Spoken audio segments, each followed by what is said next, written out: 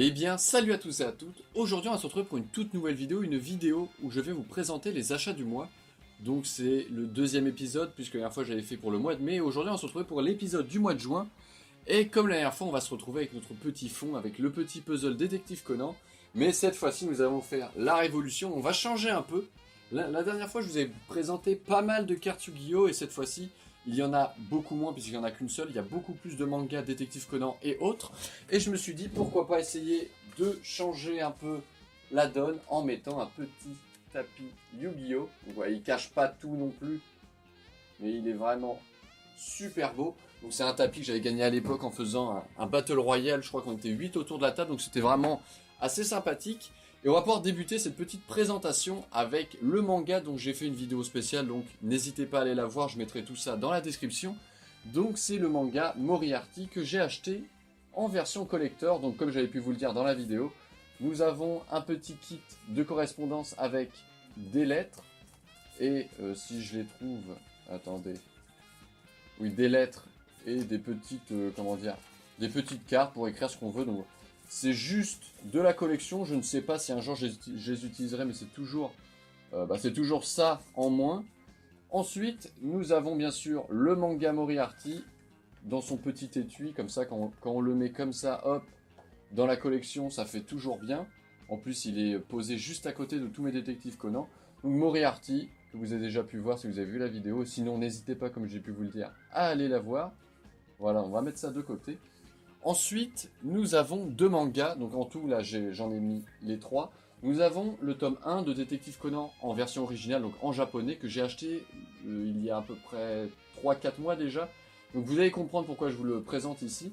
Puisque ce mois-ci, j'ai acheté le tome 1 en version anglaise, donc la version qui sort en Amérique. Et je ferai même une vidéo spécialement dessus, mais pour le moment, je vous en dis pas plus. Et en plus d'avoir le tome 1 en français que j'avais vraiment, c'était vraiment la version la plus récente, en couleur un peu bleue, qui part un peu vers le violet, j'ai acheté la version la plus vieille, voilà, donc celle qui était sortie en 96, si je ne dis pas de conneries. Et en plus dedans, il y a encore le petit stickers de l'époque, puisqu'il y avait un jeu concours à l'époque avec la question: quel est le détective modèle de Conan, Sherlock Holmes, Hercule Poirot ou Harry Dixon? Donc n'hésitez pas à mettre la réponse dans les commentaires, même si je sais que vous l'avez déjà. Donc voilà, j'essaye un peu dans ma collection de diversifier un peu les choses. Et je me dis, pourquoi pas essayer d'acheter tous les tomes 1 dans toutes les versions différentes. Donc pour le moment, j'ai vraiment les basiques, français, anglais, japonais. Et je vais essayer peut-être d'acheter la version espagnole, italienne, des petites choses comme ça. Du moment que je les trouve à pas cher, et bien du moment que je ne me ruine pas, je les achète. Voilà, on va mettre ça de côté comme Moriarty, on va le mettre ici pour éviter de l'écraser. Ensuite, nous avons deux paquets de cartes qui rappellent un peu l'univers Yu-Gi-Oh! Puisqu'au début j'ai vu ça sur internet et c'était des cartes à l'unité.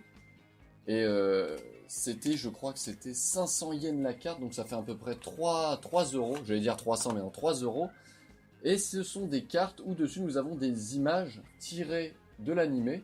Donc je vais essayer de vous retrouver une image. Donc celle-ci par exemple, c'est le premier ending des animés. Ensuite cet épisode, je ne connais plus son nom, mais c'est celui où nous avons un chevalier qui va tuer de sang-froid, un homme dans un musée qui voulait fermer le musée, etc., etc. Et au début, en voyant ça sur internet, je me suis dit, bon, ça pourrait être sympa pour la collection. En plus, c'était vraiment pas cher. Là, par exemple, deuxième épisode quand Ran protège Conan.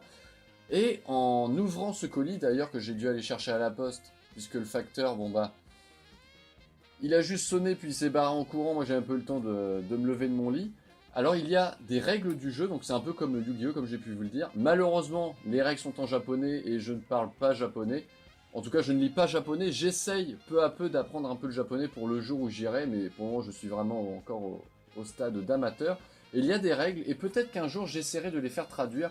Je vais essayer de rechercher les services de quelqu'un pour essayer de faire traduire ces jeux de cartes. Donc, en tout, il y en a deux. Le deuxième, je ne vous le montre pas, mais c'est à peu près la même chose que le premier. Donc en tout, il n'y en a que deux, j'ai acheté les deux, comme ça au moins j'ai toute la collection. Et peut-être qu'un jour, si j'arrive à connaître les règles de ce jeu, peut-être que j'essaierai d'y jouer un peu. Ensuite, on va pouvoir enchaîner avec la seule carte Yu-Gi-Oh! Que j'ai achetée. Ce n'est autre que Crapodilic. Donc c'est bien sûr pour aller dans mon deck grenouille. Je vais vous le présenter un peu comme ce que j'avais fait pour mon deck 6 samouraïs. Donc dedans, j'ai juste une Xyz, crapaudylique, nous avons une fusion et ensuite tout le reste, ce ne sont que des grenouilles. Donc ce deck, franchement, je l'adore. Au début, je voulais faire une sorte de deck assez fun, pas vraiment créé pour gagner. Mais au final, il va tellement vite, l'archétype est tellement rapide que c'est beaucoup plus facile que ce que je n'imaginais pour gagner. Voilà, c'est un deck vraiment super sympa à jouer. Et comme j'avais vu qu'il y avait une X6 dedans, je me suis dit, allons-y, on va l'acheter. Donc je crois que j'ai acheté 6 euros.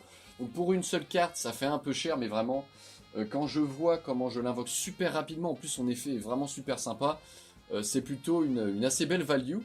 Enfin, nous allons pouvoir finir avec les 3 derniers mangas, ou 2 pour le coup. J'ai mis un petit marque-page puisqu'il s'agit du dernier tome sorti en France, le numéro 93, et dedans, voilà, j'ai mis un marque-page, puisque dedans nous avons l'affaire avec l'enlèvement d'Eri, donc on va dire encore la femme de Kogoro, puisqu'ils ne sont pas divorcés, si je ne dis pas de conneries.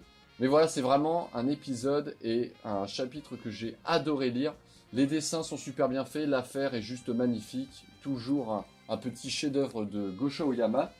Et enfin, j'aurais bien voulu vous dire que j'avais acheté le manga numéro 32 et le manga numéro 33, mais malheureusement, soit c'est une erreur de ma part, ou soit c'est une erreur de la FNAC, donc sur le site auquel j'ai acheté, puisque malheureusement, j'ai reçu le numéro 32 en 2 exemplaires. Donc je vais essayer d'ici cette semaine d'aller le renvoyer en magasin, puisque par internet, ils me disent qu'il faut que je paye des frais de retour. Donc si je paye des frais de retour aussi cher que ce que j'ai acheté le manga, bon bah ça n'ira pas trop.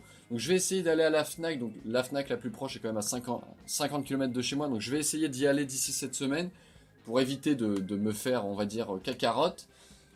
Et voilà, ça va être la fin de cette vidéo. J'espère que vous l'aurez apprécié. Il y a quand même beaucoup de produits. Je pense qu'il y a à peu près autant de produits que pour la première présentation achat qui était du mois de mai.